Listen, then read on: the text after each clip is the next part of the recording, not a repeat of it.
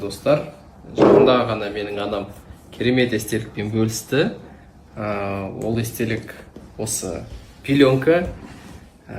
Неге ол мен үшін ерекше десеңіз, өйткені ол менің пеленкам. Осыдан 34 жыл бұрын мен зейінде болғанда осы пеленкада жатқан едім. Осы видеода қазір айтпақшы суретін қосып қоямыз. Және де кім білген 34 жылдан кейін менің балам да осылай отырады деп. Сондықтан егерде сіздердің араларыңызда мендей жас ата-аналар болса, балалардың бір дүниесін сақтап қойыңыздар.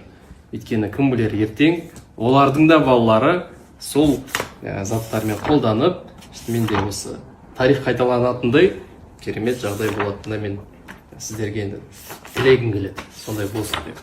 Өйткені кім білген, мен де осындай болдым, тура зейіннен аумаған, аппақ, сап-сары. Содан кейін қарап кеттім, бірақ кішкентай кезімде зейіннен алмағанмын.